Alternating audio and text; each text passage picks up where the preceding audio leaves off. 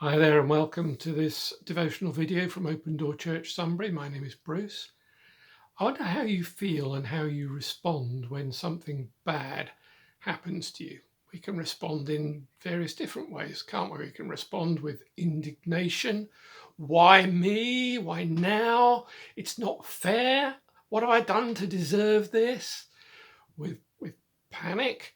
I can't be dealing with this right now. I don't know how to handle this. I don't know what to do. With fear, what more can go wrong? What else is going to happen now?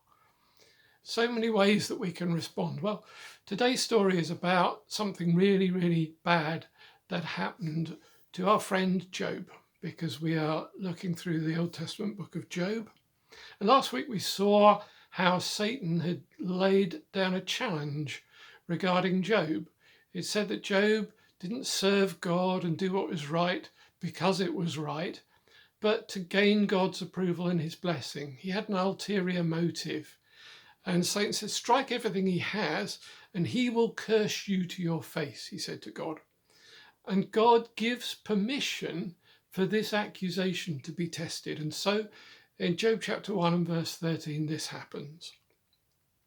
One day, when Job's sons and daughters were feasting and drinking wine at the eldest brother's house, a messenger came to Job and said, the oxen were ploughing and the donkeys were grazing nearby, and the Sabaeans attacked and made off with them.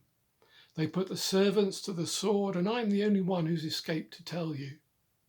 While he was still speaking, another messenger came and said, the fire of God fell from the heavens and burned up the sheep and the servants, and I am the only one who has escaped to tell you. While he was still speaking, another messenger came and said, the Chaldeans formed 3 raiding parties and swept down on your camels and made off with them. They put the servants to the sword, and I'm the only one who has escaped to tell you. While he was still speaking, yet another messenger came and said, your sons and daughters were feasting and drinking wine at the eldest brother's house, when suddenly a mighty wind swept in from the desert and struck the 4 corners of the house. It collapsed on them, and they are dead, and I am the only one who escaped to tell you. At this, Job got up and tore his robe and shaved his head, and then he fell to the ground in worship and said, naked I came from my mother's womb, naked I shall depart. The Lord gave and the Lord has taken away. May the name of the Lord be praised. In all of this, Job did not sin by charging God with wrongdoing. Whoa, whoa. What a thing to happen. This was meant to be a day of joy and celebration. They're celebrating the eldest son's birthday. And then suddenly, in just a matter of minutes, everything and everyone that Job has and cares about wiped out. He is attacked from the 4 points of the compass. There is nowhere that he could turn to escape from this assault. The attacks come from every source, from humankind, the Sabaeans and the Chaldeans, divine, the fire of God, from nature, the wind, from the desert. Everything is against Job on this day, and everything has come to disaster. And his whole family is wiped out, all of his investments wiped out, all of his income streams destroyed and taken away, all in this single day. So the writer has produced a scenario that almost nobody can trump. All right. I doubt there's anybody watching this video who can say, whatever questions this book asks of me, whatever lessons it might have to teach, are not relevant to me because I've got it worse than Job. It's highly unlikely that you've got it worse than this. And there is so much symbolism. These 4 disasters, the number 4 in the Old Testament talks about completeness, and it signifies totality. This is total disaster. Everything is gone. Only Job and his wife are left. And as we'll see, his wife is so totally broken by this that they can't even stand together and support one another. And yet, Job does not respond as Satan predicted that he would. He doesn't. His response is not as would have been socially conditioned. It's not kind of normal. It's not kind of natural. It's unusual, but it comes out of who he is. When we are caught on the spur of the moment like that and put under stress, that's when we tend to show our true colours, and who we really are comes out. And Job does three things. First, he acknowledges the temporary nature of the things he's lost. He wasn't going to hang on to them anyway. He wasn't going to take them with him. Naked I came from my mother's womb, and naked I shall depart. It was all temporary stuff, particularly the stuff. It's all so fragile and temporary, isn't it?